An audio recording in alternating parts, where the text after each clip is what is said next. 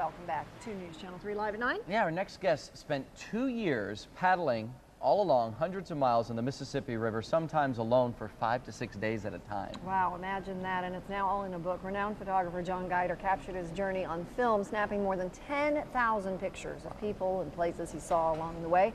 It's a project that John says reveals the river inside. John, welcome to Live at 9. Well, thank you so much. What made you undertake this? Because it was a huge, huge project. It really was. It was a transition period in my life. I'd been a very successful commercial photographer, and I just wanted to explore my art and take time to do my own work. And I really wanted a project that would not only challenge me intellectually as an artist, but help me grow as a person, both physically and spiritually. And this was a great opportunity for me. You mentioned you traveled the world, China, India, all different places. You took so many pictures, but were sometimes usually left with an empty feeling? Well, I'd meet these beautiful people in just the most incredible situations. And like models and that sort of thing, because you mentioned commercial. Well, no, I'm more about more in line with my personal travels to China and India,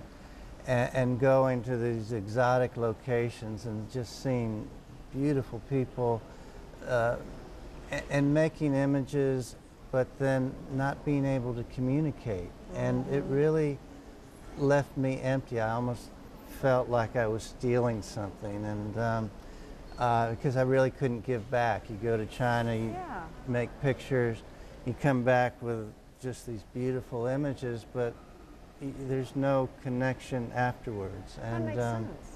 And with the Mississippi, I made genuine friends that, you know, just lasted for a long time. You also journal about it, and very much. About the trip, about the dangers, because there were a lot of encounters of the dangerous kind, and about the people. We're going to show some of your pictures as we go, but how lonely were you, or was it a peaceful kind of loneliness? It was a peaceful kind of loneliness. I befriended a man named River Bill who was been on the river since '98, 5 years. And he told me, he would tell me that being on the river was the freest he's ever felt in his life. And the exciting thing about a river is it's as near to a wilderness experience as one can find, and still go down through Middle America, because you're on the river. What one sees are the banks and the trees. You know, there could be a housing development or, you know, anything behind it, but you don't feel that. What you feel are the confines of the river. And it is a very freeing experience. But River Bill said with that freedom came a deep sense of loneliness. And fortunately, I didn't have that, because I had a wife at home and a family.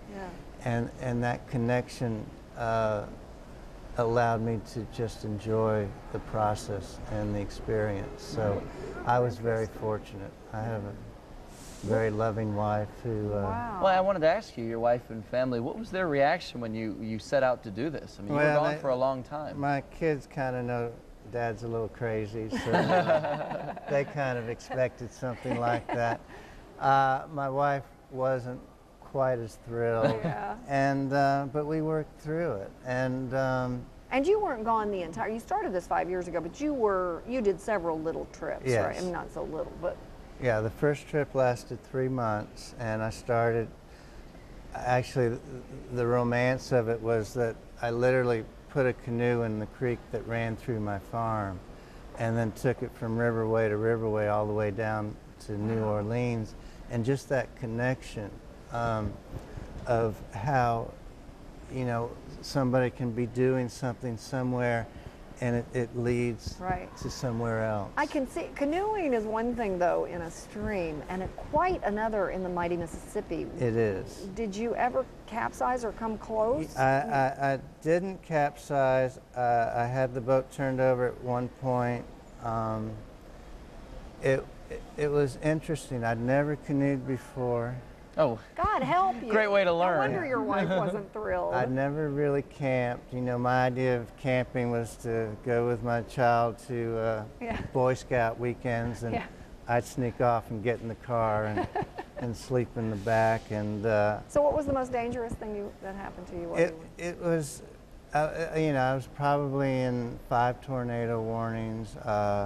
I've had bear in the campsite. I've had to deal with giant water moccasins. Snapping pictures all the way. Well, kind of. While you're running. That one's a little blurry. Exactly. And then just the sheer exhaustion. With the Mississippi, it's not a matter of going forward. That current's going to take you forward, but it's taking control of your vessel. And you have to be in control all the time. All right, we have been showing on the screen where you can see the pictures taken on John's incredible journey. And just encourage you to go to the exhibit, and please come back. Thank you. Well, I'd love to. Talk to you all day. It would be fun. Thank you so much.